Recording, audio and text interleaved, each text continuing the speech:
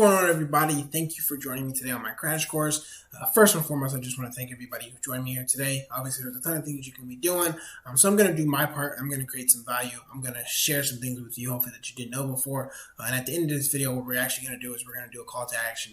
And hopefully, after we give you guys some ideas, give you some ideas to create some content and how to actually edit your content and get some inspiration.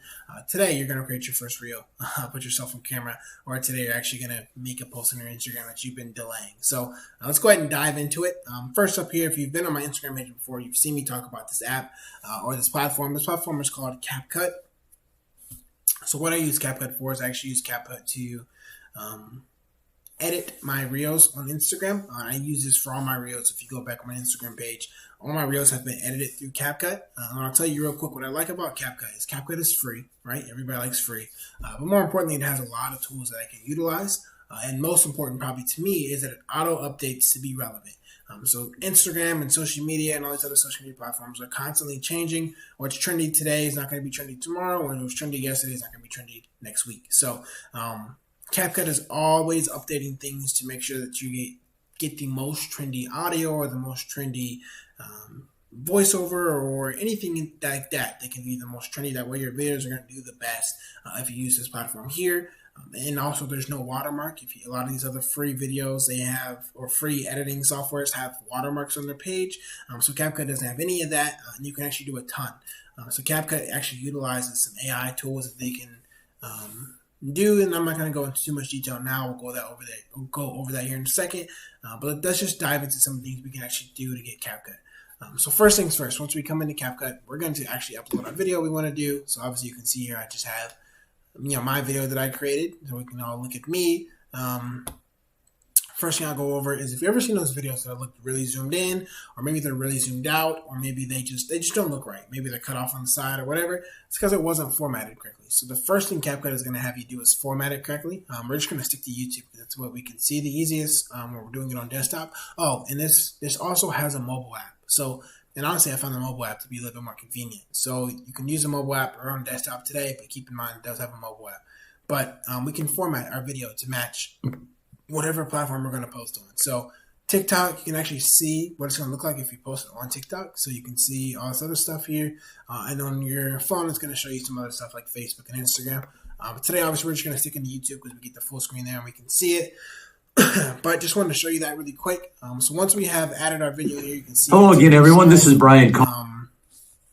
Now let's see what we can do to kind of make this video a little bit more interesting. So you can see I already have a sticker on there, which I'll go over here in a second. But let's talk about some other things that we can do. So first up here on the left-hand side, what we have is stock videos. Now stock videos are usually short, quick, 3-second to like 5-second clips that can either be introductions or they can be your way to your outros. So they're a good way to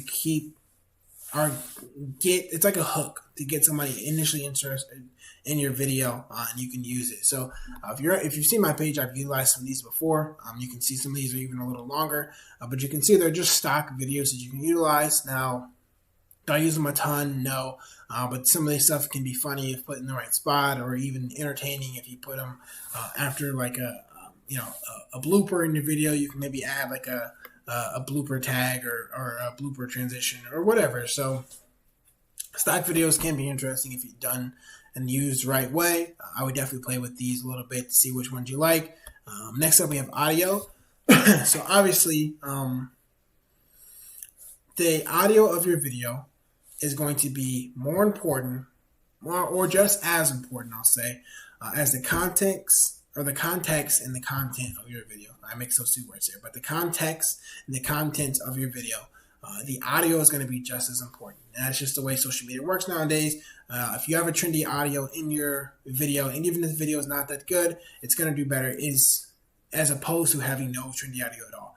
So CapCut, what I really like about CapCut is they take these trendy audios from these social media platforms and they integrate them into CapCut automatically for you. So these are just going to pop up for you automatically in your CapCut for you to utilize and add to your videos, which is going to do a lot better, like I mentioned before, than not having them in your video. So the fact that they're there is really convenient for me, and I'm sure it will be for you too. So you can scroll through these and you can find some of them, obviously. And you can, what I also like is you can also save them. So you don't have to remember, oh, I heard this one, I really thought it would fit my video. You can actually take and export them directly from your social media platforms, put them in CapCut, and then save them. That way you always have them to go to. I know they're always there.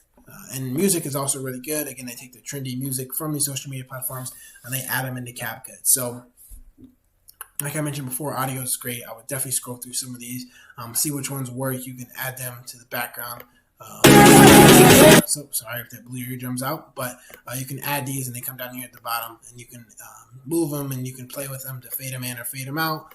Play with the volume and make sure they're not too loud. But yep, this is also if you have to play with when you get in here and start to actually get to utilize some of this stuff yourself. So audios is great. One of my favorite sections for this platform right here.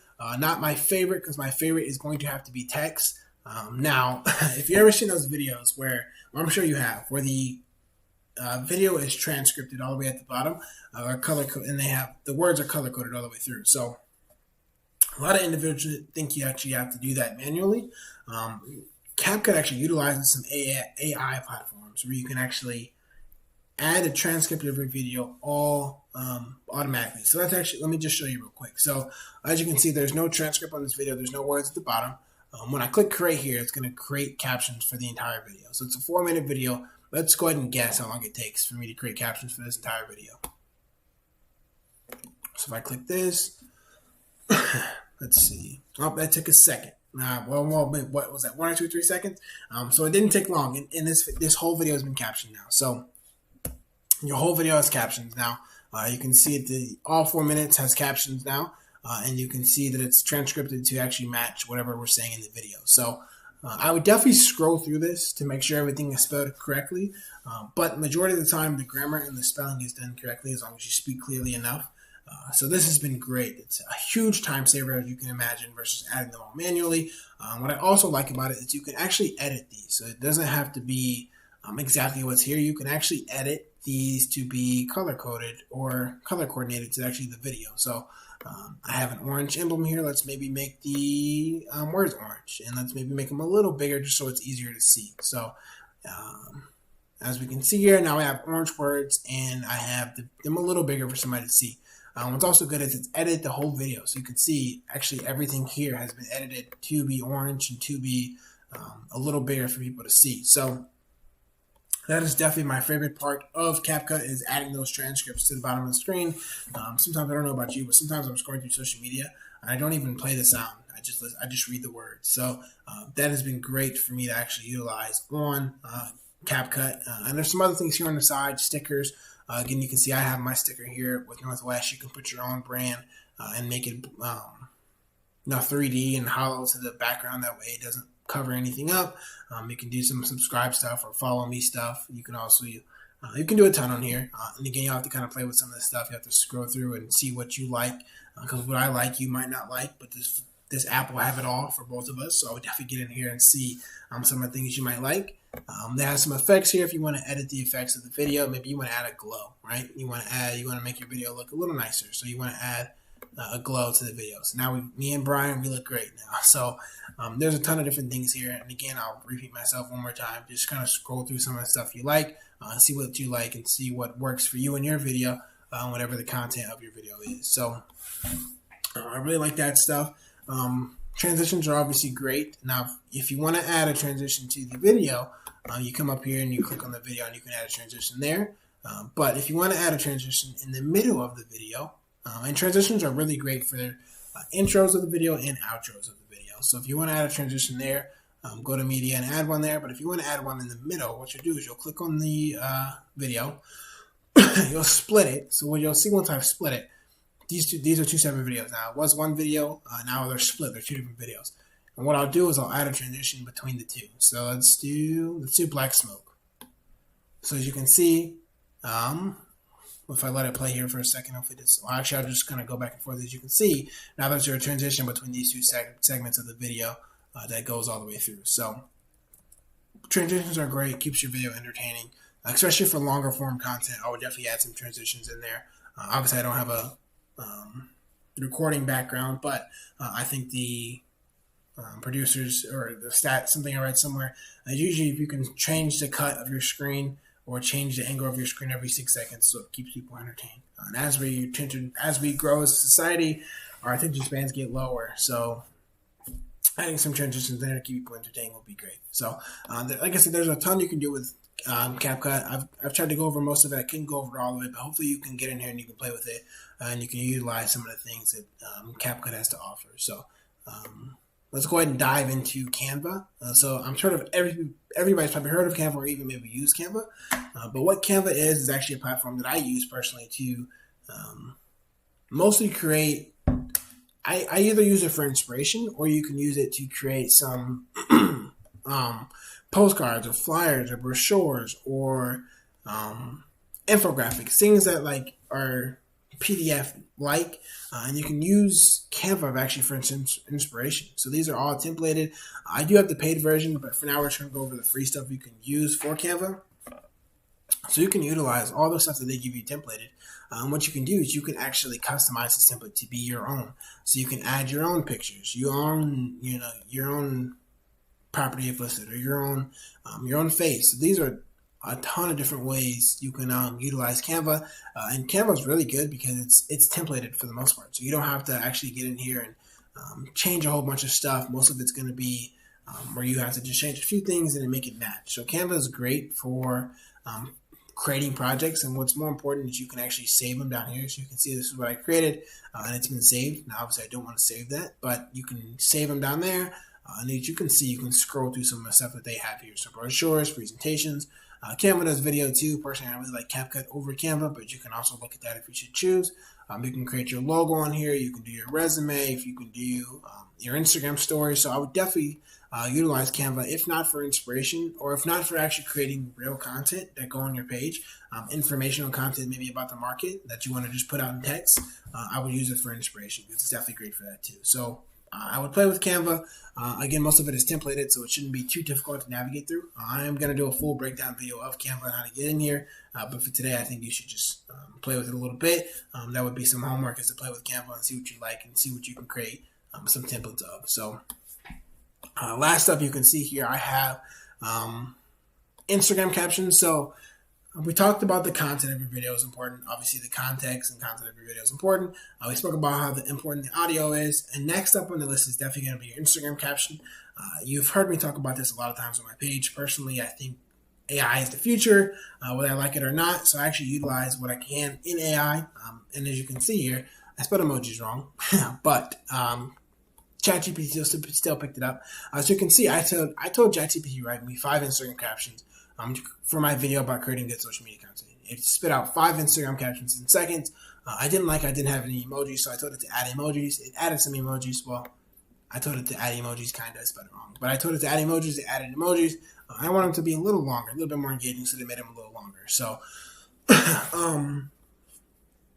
honestly, ChatGPT is going to do any copywriting skill you need, including writing Instagram captions for your videos. So basically, we've just streamlined a lot of the stuff that we can actually, or I've just streamlined a lot of things that people might be used for excuses before. So now we have a way to edit your videos. Now we have inspiration for your videos. Now we have a way to create captions for your videos. You can usually even use ChatGPT to create a transcript of your video. So if you're having brain fog, you don't know what to say, you can use ChatGPT to create a transcript for your video. And this also works for like property descriptions. It also works for a ton of different things that you might utilize copyright-wise. So ChatGPT has been great.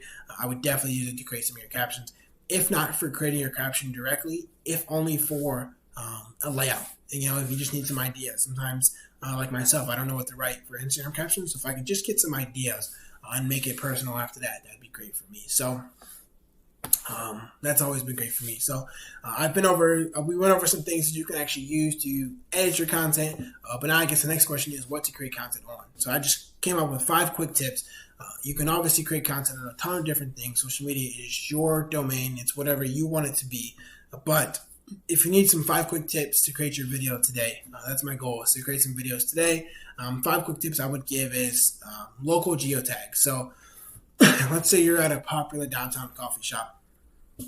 For example, you could be anywhere. You could be out having fun, or you could just be eating food. For a coffee shop, for example, if you take a picture, I would take a picture at that coffee shop or even a video and leave a review on something like, hey, I had Crimson Cup coffee. It was great. I had the Crimson Cup mocha. I really liked it. And then you put it on your Instagram. People are going to see, oh, I've been to that Crimson Cup. I really like the Crimson Mocha. I think, whoever is a great person, whoever you are is a great person, just based off what they've seen on your social media page, because they feel like if you've been where they've been, then you guys have an automatic friendship, even through only social media. So geotagging where you've been is great. Day in the life vlogs or day in the life videos are also great. Just because a ton of people don't know what real estate professionals do. A lot of people think it's easy. You can see that by the lawsuits that are currently against real estate professionals. So a lot of people think that being a realtor is easy or being a real estate professional is easy. So if you can actually do day in the life videos, not only is it entertaining for those actually in the industry like yourself, entertaining for those who actually want to get into the industry, or for those that don't want to do it all, they just find it entertaining. But it's also informational for those that think that they don't need your help. They can see how hard you're working. Once they see how hard it actually is and how hard you're actually working, they automatically start to trust you because they feel like, oh man, she really works hard or he really works hard. I trust him to take care of me when I want to buy or sell a home. So day in the life videos are great for multiple reasons. I would definitely look into doing some day in the life stuff when you have a busy day. Maybe take your camera with you and do a day in the life. So, and that kind of tags into how-tos. Now with how-tos, obviously you can get a little bit more niche. You can even create some how-tos for your other audience, which would be business, B2B. But you can create some how-tos and how to do some things. And again, it just kind of creates that persona of, look, this is what I do. Here's how hard I work. Here's why you should work with me because I do this way. This is the best way to do it. So how-tos are great. Personal stories are even probably, I don't want to say number one, but personal stories are great for creating meaningful relationships with people that you never even met. So if you can create a personal story, I'm trying to think of an example here. So say you're looking to buy a home or work with buyers on buying a home. If you have a story or a post on Instagram that is or a personal story of maybe how you had to get your credit up. So you had to get your credit up before you can buy a property. That is so relatable to your audience. They're going to feel like, okay, they really understand how I feel. They really understand what I need to do. So I'm going to work with them because they really understand what I've been through. A personal story is great for building rapport through only the lens of a camera. So it's a great way to get people to know, like, and trust you. Everyone knows that saying. So personal stories are great if you gear them in a way that actually connects with your audience. So personal stories are great. I would definitely do some personal stories on your page. And again, reviews, not again, but everybody knows how important reviews are. I think what is a stat?